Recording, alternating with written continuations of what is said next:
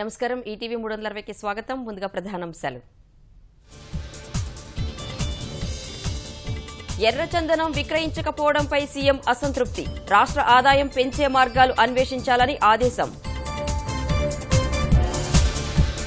రాజధాని అమరావతి భూసేకరణలో ముందడుగు. నేలపాడులో ఎకరాకు 16 లక్షలు ఇవ్వాలని నిర్ణయం. కొత్త H1B వీసా నిబంధన ఉత్తర్వులపై ట్రంప్ సంతకం. అధిక వేతనం ఉన్నవారికే అమెరికాలో కొలువు.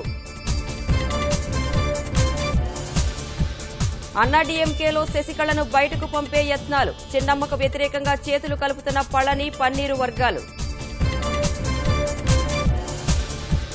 విజయ్ మాల్యాను భారత్ రప్పించడం తథ్యమన్న కేంద్రం. ఇన్నేళ్లు ఏం చేశారంటూ కాంగ్రెస్ విమర్శనాస్త్రాలు.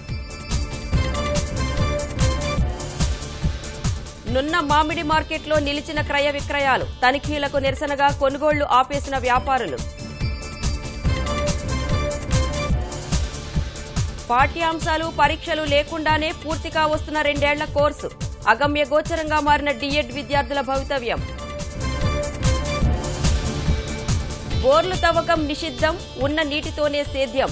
భూగర్భ జల సంరక్షణకు చిత్తూరు జిల్లా పల్లె కంకణం.